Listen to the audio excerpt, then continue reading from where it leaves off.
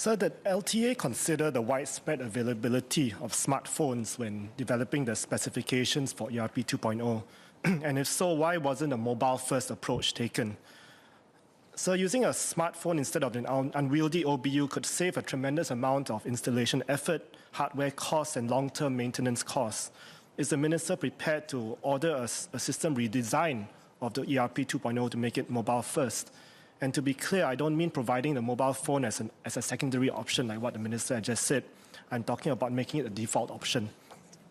And secondly, I understand that there are no immediate plans to implement distance-based charging. But given that distance-based charging is one of the key reasons for this new system, its implementation seems inevitable. My question is, has the government considered the significant cost impact that distance-based charging will have on those who drive for a living, including taxi drivers, private hire drivers, and delivery drivers and riders? Thank you. Mr. Speaker, I think on the second question from Mr. Giam, he shouldn't jump the gun. I have said in my COS speech as well that we are looking at distance-based as a possible option that we need to study further. In my COS speech, I also acknowledge that there are trade-offs affecting different groups of stakeholders, and therefore we need to be quite careful and deliberate in how we go about with this review. I think in my main reply, I did not suggest anything that this is an inevitable outcome, as what Mr. Giam mentioned. So I'll urge Mr. Giam not to overstate the point. What ERP 2.0 gives us is the option to do distance-based if we wish to do so. And if in the process of doing that, certainly we need to consider the impact on different groups of users and overall what is the benefit to society. So on the first question on smartphones, we have looked at this, not just once, several times, and with different groups of stakeholders. Now it depends on what you want to use a smartphone for. Now if you want to use a smartphone for displaying the information, we are allowing that. It's not something that will be unworkable. Certainly it is feasible. We have studied that option, and we are going to allow people to opt out of the display and to use a smartphone or their in-vehicle display if they wish to. That is an option. However, because your smartphone is something that you carry with you, it's not secured to the vehicle.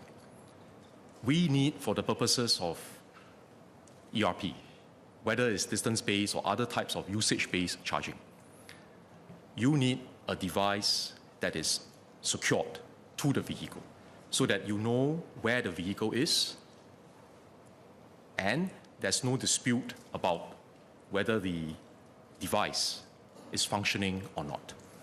There's also a second impact or a second consideration, sir, which is the security of the data transmission, because the OBU is designed to transmit the information one way, whereas a phone, you would have two-way transmission.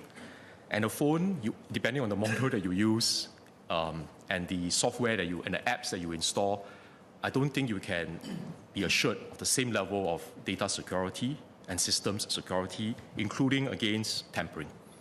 So for all those reasons, a smartphone system would not be able to fulfill all the features and functionalities of what we want to achieve with ERP 2.0. But certainly, I think as part of integrating with the processing unit and the antenna, the use of a smartphone to replace the touchscreen display is a possibility.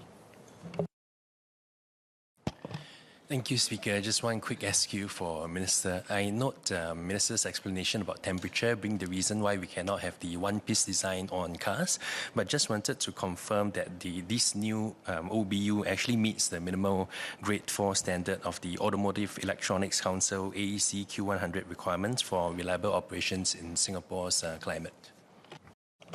LTA has done a series of tests to ensure that the OBU is able to function if it's installed properly in our weather, in our climate. So not just to look at the temperature, that's one factor, but also to take into account safety aspects. So like, for example, if there's going to be an accident, we did crash tests as well to make sure that the OBU, if it's installed according to the proper procedure, installed properly, will not pose safety risk to the motorists and passengers. So it's quite a comprehensive set of tests that has been done to take care of the different aspects.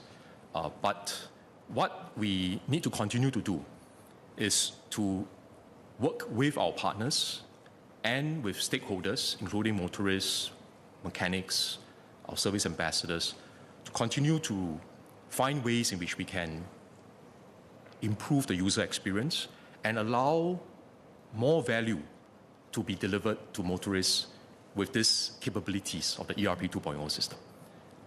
Beyond what I've shared earlier, there could be more functionalities that could be possible, and we remain open to good ideas from our stakeholders on how we can maximize this value for motorists through the capabilities and functionalities of ERP 2.0.